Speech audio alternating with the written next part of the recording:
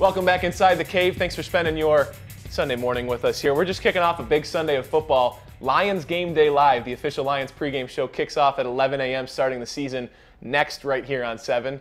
And at noon, high school sports gets its full dosage of coverage here with State Champs Extra Point. That's high school football for you. We got a busy day of football, and so many people in this state love the teams. And you could see Twitter lighting up. If you were at a place last night watching the game with Keith, like so many people were in Royal Oak last night, throwing the big party, the question, Keith, is always what happens to this team next, because they saw how close they came last year. Mark D'Antonio comes out and says, had we gotten into a playoff, I think we could have won that thing.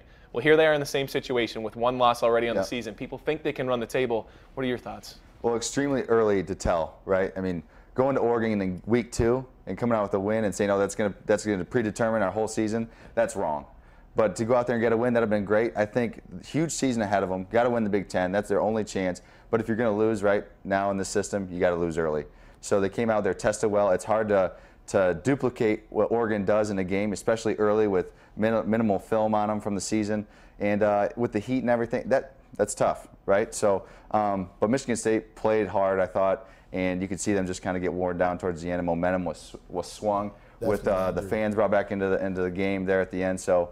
But Michigan State, big season ahead. Got to win the rivalry games, what we're going to talk about, and that's going to really determine how the season goes. Let's touch more on that. I still like Michigan State, though. You know, like you said, I don't want to disagree with you. I won't disagree with you. I'll just say that they went out to Oregon early in the year, and you're looking at a team with Mariota that could be #1 at the end of the season. Right. You know, they could easily win the Pac-12. They could easily stay, and they beat you guys, and you guys are a great team. I think you guys showed a lot. You showed the country a lot. If I'm Michigan State, I mean, I wish I would have got the 1. However, I'm not too angry. I'm not too angry at that loss. You know, I think you guys are the premier team in the Big Ten from what I've seen in the first 2 weeks.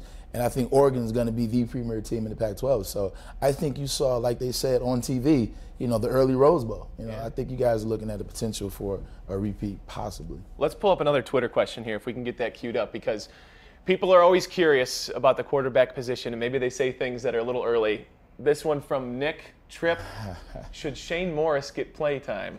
Braylon, what are your thoughts? It's always the anomaly is one bad pass. Well, bring in the next guy. To that said, I think for Devin Gardner, who has been there now as a starting quarterback for 3 years, 2 years outright, you know, 1 year he split some time, he has to be better. You know, you can blame it on the line, you can blame it on play calling. Devin Gardner has to be better. He has to be the guy that I know is going to get it done for him. He has to be the guy that's going to limit mistakes. He has to be the guy that's going to call plays, get people in position, not turn the ball over. He has to look like my starting quarterback at the University of Michigan. And in the second half, he just didn't look like that. You know, Devin Gardner did not look like the starting quarterback for the University of Michigan Wolverines. He looked like a younger guy trying to figure it out. Yeah. And so I'm not going to the backup quarterback. However, I want Devin Gardner as my quarterback to get it together. Keith, it helps if he had an offensive line there that had any sort of form to it. Yeah, more important than any wide receiver, tight end, running back is how good your O-line is, in my opinion, as a quarterback. And so, you know, I always think that the second-string quarterback is the most popular guy on campus, right? The first string is never quite good enough. He's always making mistakes. So, like Braylon said, what you'd like to see is this guy is a premier athlete in the Big Ten. There's no question about it. But what wins these games is your brain. So you've seen the great quarterbacks at Michigan before. Not the best arms sometimes, even Tom Brady, not the best arm on the planet, but he had the best brain in the game. So that's where he needs to get to develop his game and stop trying to, you know, force things down the field and using his athletic ability to take over. You know, just be a great quarterback with a great knowledge of the game.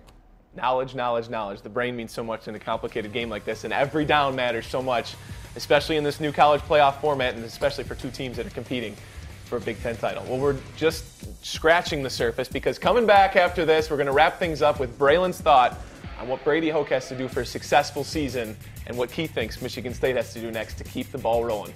We'll be right back.